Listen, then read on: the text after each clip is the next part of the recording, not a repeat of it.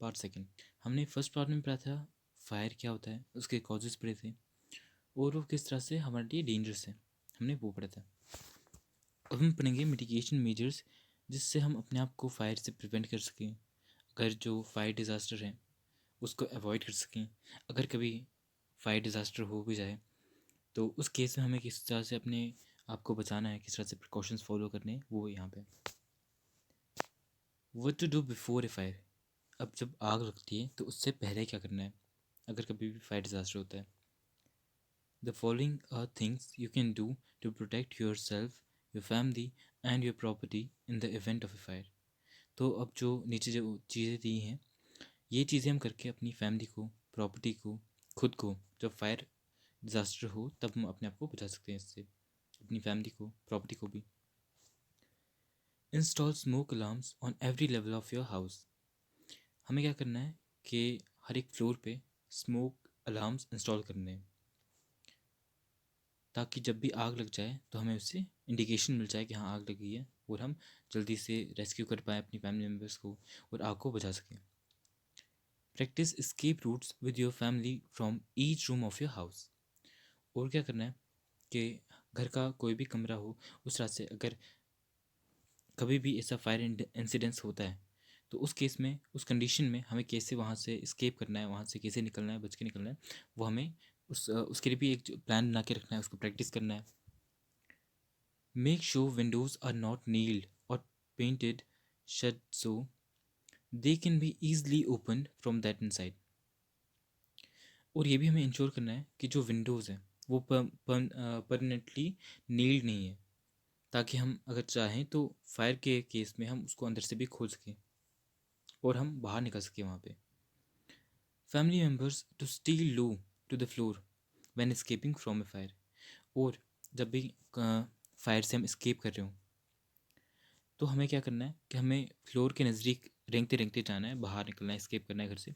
क्योंकि जो फायर होती है या फिर जो भी डेंजरस केसेस होती है, उनका जो फायर का धुआं, वो जो डेंजरस केसेस होगी उस टाइम पे रिलीज़ होंगी, वो भी मेरे ऊपर पर वो कैथर हो जाएगी, जमा हो जाएगी। उसके बाद अगर हम सीधा चलेंगे तो वहाँ पे वो हम इनहेल कर लेंगे, उससे वो भी हमारे लिए डेंजरस है। Clean out the storage areas, do not let trash such as old newspapers and magazines to get accumulated. हमें क्या करना है कि जो भी स्टोरेज एरियाज़ हैं उनको क्लीन करना है। कोई भी कचरा है, कोई भी मैगजीन्स, न्यूज़पेपर्स, कोई भी रद्दी का सामान, उसको वहाँ पे जमा नहीं होने देना है। नेवर यूज़ गेसोलीन, बेंजीन, नेप्था और सिमिलर फ्लेमेबल लिक्विड्स इन इंडोर्स। अब जो फ्लेमेबल लिक्विड्स हैं वो हमें खुले में घर में से रखने भी नहीं चाहिए ज़्यादा, उनको मोस्टली ज़्यादा यूज़ नहीं करना चाहिए। अगर हम यूज़ करते भी हैं तो उनको अच्छे कंटेनर्स में रखना है स्टोर करके, कि वो आग वहाँ पे ना लगे। Store flammable liquids in approved containers in well ventilated storage areas. और जो ये फ्लेमेबल लिक्विड्स होते हैं जिनमें आग लग सकती है, तो उनको हमें अप्रूव्ड कंटेनर्स में स्टोर कर रखना है जो गवर्नमेंट के द्वारा अप्रूव्ड हो, और वहाँ पे वेल वेंटिलेशन का पूरा सिस्टम हो, हवा आ जा सके बाहर। Don't store firewood, grasses, dry leaves और any inflammable material in your house. हमें अपने घर में कोई भी इनफ्लेमेबल मटेरियल वो स्टोर करके नहीं रखना है, जिसकी घास, वुड, ऐसी चीज़ें हमें स्टोर करके नहीं रखनी है घर में। Never smoke near flammable liquids. कभी भी हमें क्या करना चाहिए, जो फ्लेमेबल लिक्विड्स अगर पास में हो तब वहाँ पे स्मोक नहीं करना चाहिए, और ऐसे भी हमें स्मोक नहीं करना चाहिए। The chimney should be at least 3 feet higher than the roof. Remove branches of plants hanging above and around the chimney. अब जो चिमनी है वो कम से कम रूफ से 3 feet की हाइट तक होनी चाहिए ऊपर। और क्या है, जो चिमनी के आसपास में जो भी प्लांट्स होंगे या फिर उसके ऊपर से जो भी प्लांट्स होंगे उसको रिमूव करना है, कोई भी कचरा वचरा उनको भी रिमूव करना है। Place heaters at least 3 feet away from flammable materials. और क्या है कि जो भी हम हीटर्स यूज़ करते हैं या फिर कुछ और इक्विपमेंट जिसकी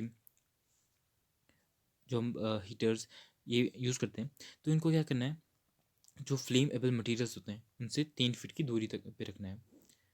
store coal ashes in a metal container outside and away from your residence। अब जो भी कोल होता है, एशेज होते हैं, इनको मेटल के कंटेनर में हमें स्टोर करके रखना चाहिए और घर से दूर रखना चाहिए। Keep open flames away from walls, furniture, drapery and flammable items. जो भी फ्लेम्स हैं उन्हें थोड़ा सा इन चीज़ों से दूर रखना चाहिए। ऐसा नहीं करना चाहिए कि वहीं पे हम आग जलाएं जहाँ पे फर्नीचर हो, या फिर जहाँ पे फ्लेमेबल आइटम्स हो, जो भी वुड है या फिर कोई और चीज़ें जहाँ पे आग पकड़ सकता है, तो उनसे थोड़ा सा दूर होना चाहिए। कोई भी जिसकी कैरोसिन है या फिर कुछ और कोई भी लिक्विड है या फिर कोई और चीज़ है जिसमें आग पकड़ के वो ज़्यादा लग सकता है, तो उनसे वो दूर रखना है। Keep heating units regularly inspected and clean annually by certified specialist. वो जो भी जहाँ पे आग जलाते हैं, जो भी जिसकी हम अगर गैस स्टोव यूज़ करते हैं तो उनको क्लीन करना है, उनको रेगुलर बेसिस पे इंस्पेक्शन होना चाहिए उनका, और वो भी स्पेसिफाई सर्टिफाइड स्पेशलिस्ट से। Keep matches and lighters up high away from children and if possible in A lock cabinet. अब क्या है कि जो मैचेस होते हैं, मैच बॉक्स होते हैं, लाइटर्स होते हैं, वो बच्चों से दूर रखना चाहिए। ऐसा करना चाहिए कि जो ऊपर वाला शेल्फ हो या फिर उन जगहों पर रखना चाहिए जहाँ पे बच्चों के हाथ ना पहुँचे। नेवर स्मोक इन बेड और व्हेन ड्राउजी और medicated and provide smokers with deep study estuaries. तो हमें कभी भी बेड पे वहाँ पे उन जगहों पे जहाँ पे आग लग सकती है वहाँ पे स्मोक नहीं करना चाहिए। और जो भी स्मोक करते हैं तो हमें उन्हें एस्ट्रीज देनी चाहिए कि वो जो भी बर्ड्स जो फेंके सिगरेट के, तो वो नीचे ना गिरे और आग कोई भी चीज़ है वो कैच ना कर ले। Have the electrical wiring in your residence checked by an electrician and make sure outlets have cover plates and no exposed wiring। और क्या है, जो इलेक्ट्रिकल कनेक्शन आपके घर में है उसको भी इलेक्ट्रिशियन के द्वारा वो चेक कराना चाहिए कि वो ठीक है, कहीं पे वायरिंग वायरिंग जो है ख़राब तो नहीं है, या फिर कहीं कहीं पे वायरिंग ख़त्म हो चुकी है, वहाँ पे बाहर जो अंदर वाली तार है वो दिख रही है, उससे भी शॉर्ट सर्किट हो सकता है बाद में, तो उस चीज़ को भी चेक कराना चाहिए। Do not overload extension cords और आउटलेट्स। अब कोई भी जो एक्सटेंशन कॉर्ड्स होती हैं, जो बोर्ड्स होते हैं जिससे हम बाद में और एक्स्ट्रा प्लग्स लगा सकते हैं उस पर, तो उनको ओवरलोड नहीं करना चाहिए। मैक्सिमम उसको यूज़ नहीं करना चाहिए, एक दो आप यूज़ कर सकते हो, ज़्यादा उतना भी यूज़ नहीं करना चाहिए उसको, और उसको ओवरलोड नहीं करना चाहिए। Install fire extinguishers at your homes and teach family members how to use them. तो ये जो फायर एक्सटिंग्विशर्स हैं ये अपने घर में इंस्टॉल करने हैं, और अपने फैमिली मेम्बर्स को दिखाना है किस तरह से इसको यूज़ करना है, वो उन्हें सिखाना चाहिए। वो to do during a fire. अब अगर आग लग गई है तो उस टाइम पे हमें क्या प्रिकॉशंस लेने हैं। If your clothes catch on fire, stop, drop and roll until the fire is extinguished। Running only makes the fire burn faster. अगर क्या होता है कि कोई भी किसी को अगर आग लग जाती है कपड़ों में, या आपको ही आग लग जाती है, तो उस कंडीशन में दौड़ना नहीं चाहिए। सबसे पहले आप रुक जाओ, आपको नीचे लेट के रोल करना चाहिए। उससे क्या होगा कि जो आग है वो नहीं ज़्यादा नहीं बढ़ेगी और वो वहाँ पे ख़त्म हो जाएगी। और अगर हम दौड़ेंगे तो उससे क्या है, वो एयर ज़्यादा मिलती रहेगी, और जो आग है वो ज़्यादा तेज़ी से बाद में जलेगी। तो हमें दौड़ना नहीं है। If you are escaping through a close door, use the back of your hand to feel the top of the door. Never use the palm of your hand or fingers to test for heat burning, as those areas could impair your ability to escape a fire. अभी कभी क्या होता है कि किसी कमरे में बंद हो और वहाँ पे धुआं धुआं हमें दिख नहीं रहा हो, तो हमें ये पता करना होता है कि जो स्केप रूट है या फिर जो डोर से वो किस तरफ है। तो हम क्या करते हैं, हाथ से उसको ढूंढने की कोशिश करते हैं। तो उस कंडीशन में अगर कहीं पे जल रहा हो, जिसकी डोर है वो भी लकड़ी का बना होता है, अगर वो जल रहा है, तो वहाँ पे हमारे जो फिंगर्स हैं या फिर पाम, जो हाथ पे जो पाम एरिया है, वहाँ पे अगर वो टच हो जाएगा तो फिर वहाँ पे बहुत ही ज़्यादा दर्द होगा, और उस वजह से हम बाद में स्केप भी नहीं कर पाएंगे, क्योंकि हम उस पेन में ही उलझ जाएंगे। तो इसके लिए हमें क्या करना चाहिए कि जो अपना हैंड का बैक वाला पोर्शन होता है उसको यूज़ करना चाहिए, अगर हमें पता करना हो कि सिर्फ डोर डोर है। Crawl low under any smoke to your exit, as heavy smoke and poisonous gases collect first along the ceiling। और ये हमने पहले भी पॉइंट ये डिस्कस किया है कि अगर फायर के दौरान हमें बाहर स्केप करना है तो उस कंडीशन में हमें क्रॉल करके जाना चाहिए, क्योंकि जो स्मोक है, पॉइजनस गैसेस है, वो सबसे पहले सीलिंग के पास ही इकट्ठा होंगी। Close doors behind you as you escape to delay the spread of the fire. और जब हम स्केप करते हैं तो पीछे से जो भी दरवाजे होते हैं उनको बंद कर देना चाहिए कि आग जो है ज़्यादा ना फैले। Call the fire service by dialing 101। और जो फायर सर्विस वाले होते हैं, जो भी फायर फाइटर्स होते हैं, उनको कॉल करने के लिए हमें 101 को डायल करना चाहिए, फिर वो हमारी हेल्प करने के लिए आएंगे। What to do after a fire.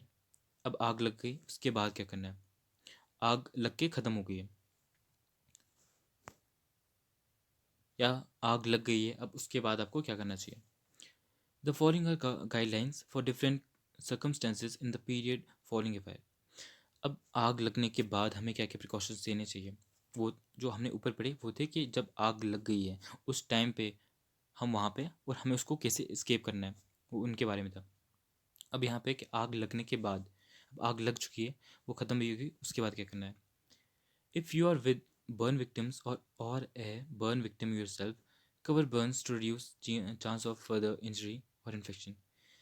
अगर हम खुद बर्न विक्टिम है या कोई और किसी को इंजरीज आई है, तो जो भी जहाँ पे बर्न इंजरीज आई है उस एरिया को कवर कर लेना है। Pour cold water on the burn parts of body as it reduces the impact of heat. और क्या करना है, जहाँ जहाँ पे बॉडी में जला होगा उन जगहों पे ठंडा पानी डालना है, उससे क्या होगा, थोड़ा सा वो जो जलन है वो थोड़ा सा कम हो जाएगा। इफ़ यू डिटेक्ट हीट और smoke when entering A damage building, evacuate immediately. अगर कभी कभार हम किसी ऐसे घर में जाएं जहाँ पे आग लग चुकी है और वहाँ पे हमें धुआं दिख रहा है या हीट दिख रही है, कुछ ऐसा महसूस हो रहा है, तो हमें तभी उस घर से जल्दी निकल जाना है बाहर, उसके अंदर नहीं जाना है। जब तक फायर फाइटर्स कोई वो ना आए तब तक वो बाद में वहाँ पे इंस्पेक्शन करेंगे कि हाँ कहीं भी आग लगी है। If you have a safe or strong box, do not try to open it. It can hold intense heat for several hours। कोई भी ऐसा स्ट्रॉन्ग बॉक्स होता है घर में, अगर आग लगने के बाद कोई ऐसा बॉक्स होगा वहाँ पे जो जिसकी मेटल का बना है या कोई स्ट्रॉन्ग बॉक्स, उसमें क्या है, उसको हमें तब नहीं खोलना है, तुरंत ही नहीं खोलना है, क्योंकि उसमें हीट हो सकती है अंदर, तो उससे हमें इंजरी हो सकती है। Contact the nearest police control room, police station और fire brigade office for immediate help. और हेल्प के लिए हम पुलिस स्टेशन को कॉन्टैक्ट कर सकते हैं, या जो फायर ब्रिगेड है, फायर फाइटर्स होते हैं, उनको कॉन्टैक्ट कर सकते हैं। तो यहाँ तक आज हम करेंगे। वो जो नेक्स्ट पार्ट है, नेक्स्ट पार्ट में हम इन्वायरमेंटल डिग्रेडेशन पढ़ेंगे। Thank you.